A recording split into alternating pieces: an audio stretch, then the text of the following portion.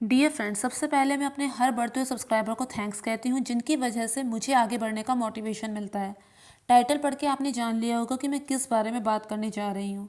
Friends, दस्त एक ऐसी समस्या है जो किसी को भी हो सकती है, बच्चों को भी हो सकती है और बड़ों को भी हो सकती है। लेकिन ये समस्या बच्चों के लिए जितनी ज़्यादा घातक होती है उतनी बड़ों के लिए नहीं हो सकती, क्योंकि बड़ों को अगर ये समस्या होगी तो वो बोल के बता पाएंगे कि उन्हें कितनी कमजोरी महसूस हो रही है, उन्हें कितने चक्कर आ रहा है, उनके पेट में कुछ टिक नहीं पा रहा है, उन्हें कितनी तकलीफ हो रही है। वो डॉक्टर के पास जाएंगे, दवा लेंगे और डॉक्टर उन्हें ऐसे दवा देगा कि ज़्यादा से ज़्यादा 3 दिन के अंदर वो पहले जैसे नॉर्मल हो जाएंगे। लेकिन बच्चों की कंडीशन में ऐसा नहीं होता। बच्चे बोल के कुछ बता नहीं पाते। खास तौर पे मैं उन नन्हे मुन्ने बच्चों की बात कर रही हूँ जो 6 महीने से भी छोटे होते हैं और उन बच्चों की भी जो 6 महीने से तो बड़े होते हैं लेकिन बोल नहीं पाते हैं। तो ऐसे में दस्त उनके लिए बहुत ही ज़्यादा घातक हो सकती है अगर लापरवाही बरती गई तो। दस्त कितनी ज़्यादा घातक हो सकती है उसके बारे में आप लोग अगर कभी डॉक्टर से पूछेंगे तो वो आपको डिटेल में बताएगा कि इसका परिणाम क्या हो सकता है। तो इसलिए सबसे पहला स्टेप तो ये है कि आप दस्त में नीम हकीम यानी कि आधी जानकारी और घरेलू उपाय को एक किनारे करके सबसे पहले आप डॉक्टर को दिखाइए कि बच्चे को दस्त हो रही है और फौरन उसकी दवा लेकर आइए, क्योंकि दस्त बहुत ज़्यादा घातक होती है। तो डॉक्टर आपको दवा देगा और समय समय पर जो आपको बच्चे को देनी होगी। लेकिन इसके अलावा डॉक्टर एक चीज़ आपको और देगा, वो होगा ORS। ORS का घोल वो समय समय पर बच्चे को पिलाने के लिए कहेगा ताकि उसे पानी की कमी ना होने पाए, क्योंकि दस्त में पानी की भयानक कमी हो जाती है जो सिर्फ पानी से दूर नहीं हो सकती। तो ऐसे में गर्म पानी में ORS मिलाकर उसे ठंडा करके थोड़ी थोड़ी देर में बच्चे की इच्छा हो या ना हो उसे पिलाया जाता है ताकि पानी की कमी ना हो पाए। तो ये तो था पहला स्टेप। और दूसरी चीज़ फ्रेंड्स, ऐसा होता है कि दस्त में बच्चे के पेट में कुछ नहीं टिकता। वो कुछ भी खाता है तुरंत वो पॉटी चला जाता है, कुछ भी खाता है फ़ौरन वो पॉटी चला जाता है। तो ये बहुत ही ज़्यादा खतरनाक होता है। अब बच्चे को दस्त हो रहा है तो उसका मतलब ये तो नहीं कि हम उसका खाना पीना एकदम ही बंद कर देंगे कि दस्त हो रहा है तो अब उसे कुछ देना ही नहीं है, कुछ खिलाना ही नहीं है। ऐसे तो समस्या बहुत ही ज़्यादा भयंकर हो जाएगी। तो क्या करना है, कुछ ऐसी चीज़ें उसे देनी हैं जो उसे हजम हो। फ्रेंड्स, कहते हैं कि मूंग दाल की खिचड़ी दी जाती है, लेकिन फ्रेंड्स मैंने वो भी ट्राई करके देख लिया। उसे खाने के बाद भी वो तुरंत पॉटी जा सकता है, वो भी उसके पेट में नहीं टिकेगी। तो ऐसे में क्या दिया जाए? दूध डॉक्टर तुरंत मना कर देता है कि ऊपर वाला दूध बच्चे को दस्त के दौरान बिल्कुल नहीं देना है, क्योंकि उसे पीने के बाद तो ऑब्वियस सी बात है वो पॉटी जाएगा ही जाएगा। तो ऐसे में उसे क्या दिया जाए?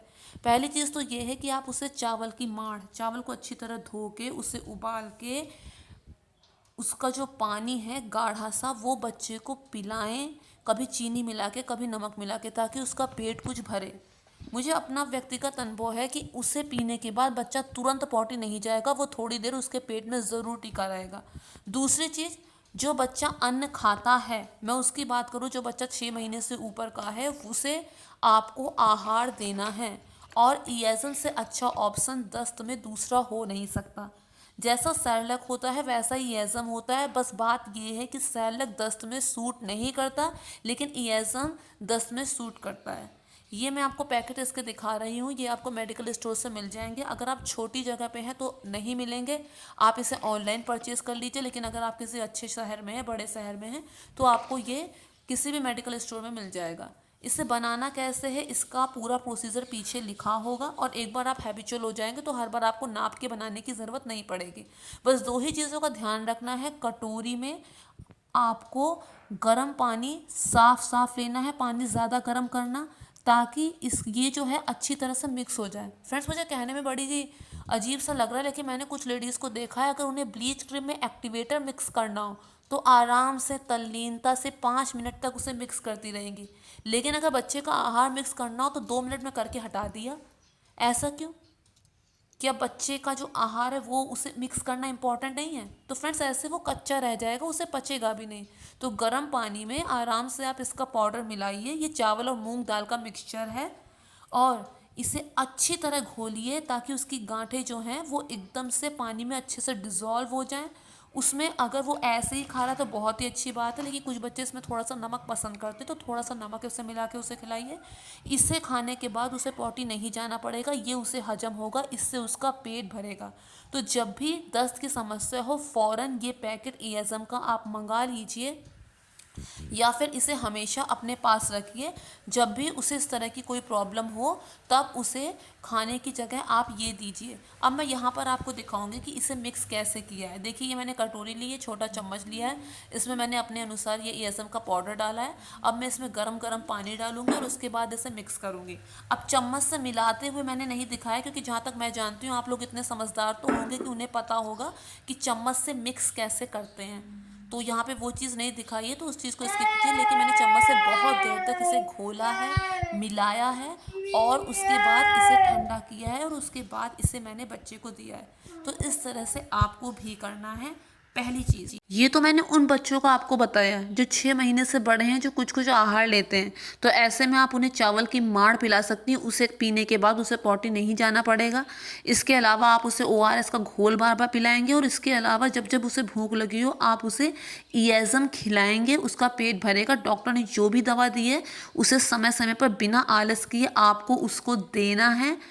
और लेकिन अगर बच्चा 6 महीने से छोटा हो, जो अन्न ना खाता हो, तो फ्रेंड जो बच्चा 6 महीने से छोटा होता है वो मदर मिल्क पर डिपेंड करता है। फिर चाहे आप उसे डायरेक्ट पिलाएं या फिर इनडायरेक्ट पिलाएं, जिसमें आपको सहूलियत हो वो चीज़ आप कर सकते हैं। ज़्यादा से ज़्यादा ऐसी कंडीशन में उसे मदर मिल्क ही देना चाहिए, वो उसे हजम होगा। और इसके अलावा ओआरएस का घोल और डॉक्टर जो भी दवा बताए वो आपको देनी है। लेकिन एक बात और है, बच्चे की दस्त इमिडिएटली बंद हो जाए ऐसी दवा कोई डॉक्टर नहीं दे सकता। थोड़ा सा टाइम लगेगा, लेकिन अगर आपको ऐसा लगे कि दवा कोई असर कर ही नहीं रही है तो फ़ौरन अपना डॉक्टर चेंज कीजिए, क्योंकि उन लोगों का कुछ नहीं जाता है। जो खामियाजा भुगतना पड़ेगा आपको भुगतना पड़ेगा। तो इस चीज़ को बहुत ही ज़्यादा सीरियस लीजिए।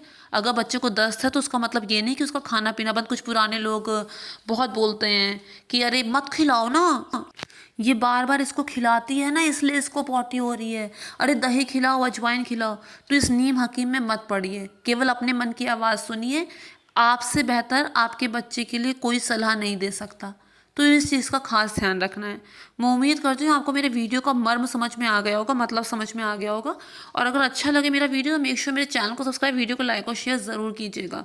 फ्रेंड्स, अपने पिछले वीडियो में मैंने अटल बिहारी वाजपेयी जी की एक फेमस कविता आप लोगों को सुनाई थी। अगर आप लोगों ने मेरा वीडियो वो नहीं देखा है तो प्लीज़ अभी जाकर आप लोग देख लीजिए। इसके अलावा बीच बीच में मैं कुछ शॉर्ट्स भी बनाती हूँ। मैंने जो होम डेकोर हैं उस पर best out of waste ideas कुछ हैं मेरे, जिस पर मैंने कुछ शॉर्ट्स बनाए हैं। अगर आपको पसंद आए तो मेक श्योर मेरे चैनल को सब्सक्राइब, वीडियो को लाइक और शेयर ज़रूर कीजिए, और मेरी इस कोशिश की कदर कीजिए। Thank you friends, thank you so much.